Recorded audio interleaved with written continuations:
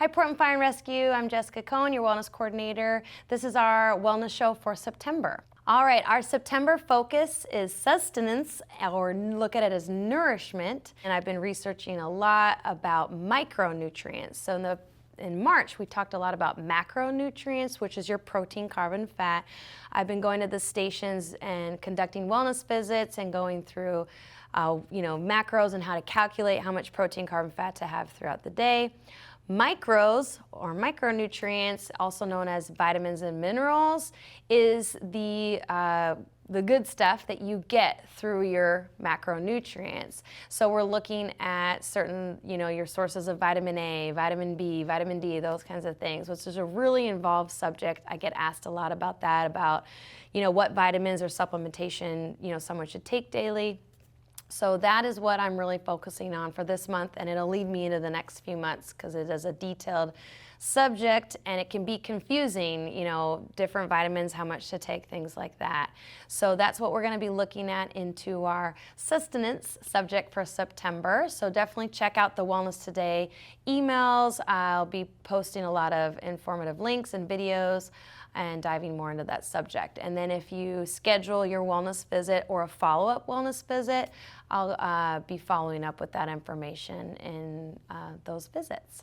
Okay, so with our sustenance subject, two things that I just want to hit on quickly in this Wellness Today show is omega-3s. So omega-3s are thought of as a vitamin mineral, but they are actually a fat, so it is actually a macronutrient. So you have your saturated fats, your trans fats that is recommended to avoid or limit, and then you have your mono and polyunsaturated fats, and then we dive into from that your omega-3 fatty acids, and you also have your omega-6s. I want to really zone in on omega-3s and the importance of getting those via your diet or through supplementation. It's another one that's confusing of how much should I eat, things like that, how much is recommended. So what's recommended for like minimal daily omega-3 supplementation is 250 to 500 milligrams per day, and that's minimal.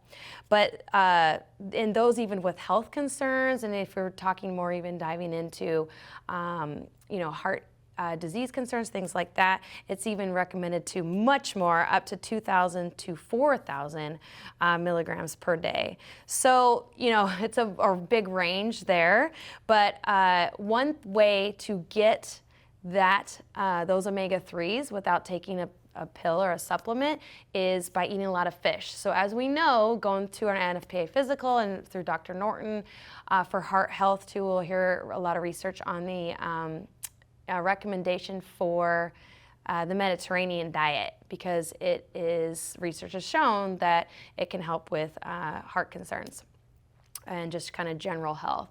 So a big part of the Mediterranean diet is a lot of incorporation of fish in the diet. So just as an example, if you have in a half fillet cooked of salmon, even most types of fish, if we're talking ones that may not be as familiar, but mackerel, ones that also may not be as much eaten, like cod, sardines, things like that.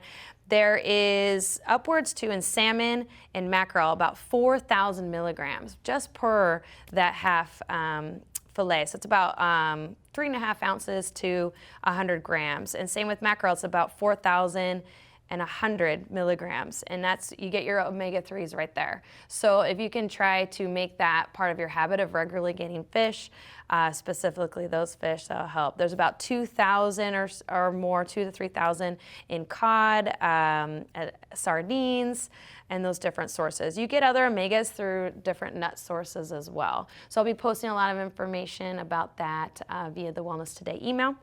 The other one I wanted to hit on quick was vitamin A, just as an example.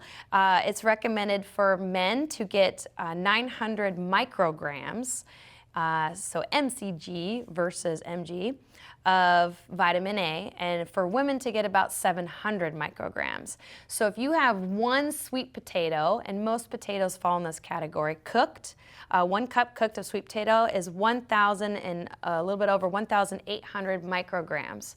So right there, if you hit, you get an ounce or 3 to 6 ounces of salmon and a cup of sweet potatoes, you hit your omega-3 and your vitamin A for the day. So that's what I'm going to kind of detail in, because I find it can be confusing of, okay, I got to eat this much of all these vitamins and minerals, and it's recommended for me to have a balanced diet.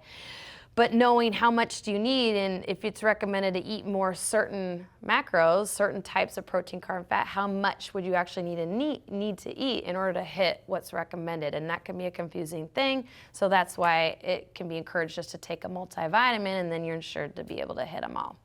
So I'll be kind of trying to dial in and pick certain foods. If you eat this amount of one, which is a reasonable amount to eat, you'll hit your recommendations.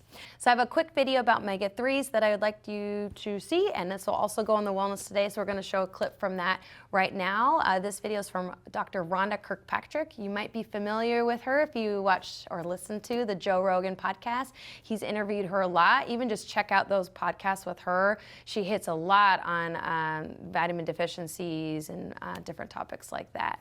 She even gets into intermittent fasting, so those are really great podcasts. So go ahead and listen to that now. Dr. Rhonda Patrick here. Today we're going to talk about omega-3. Omega-3 fatty acids, especially those from fish, can reduce your risk of the world's #1 killer, cardiovascular disease. While evidence for a beneficial effect of certain omega-3s on the heart has been building for some time, a new study suggests they can reduce your risk of dying from cardiovascular disease. Omega-3 fatty acids are essential fatty acids. There are 3 key types: ALA, EPA, and DHA.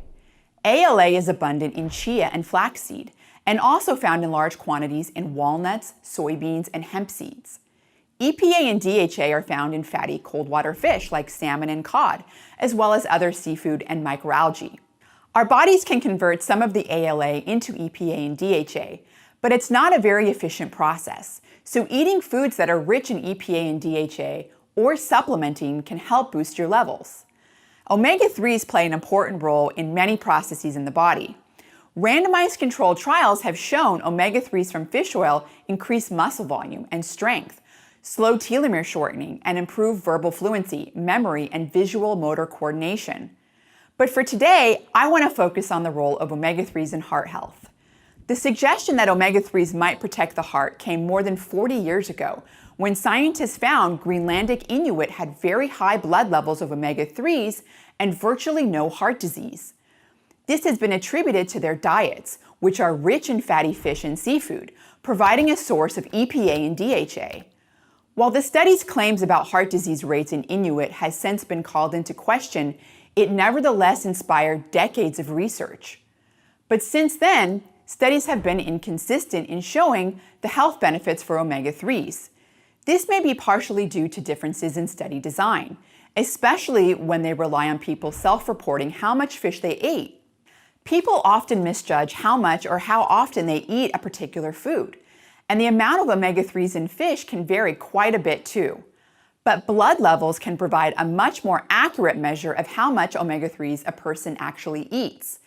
This 2021 meta-analysis of 17 studies investigated links between omega-3 blood levels and the risk for all causes of premature death.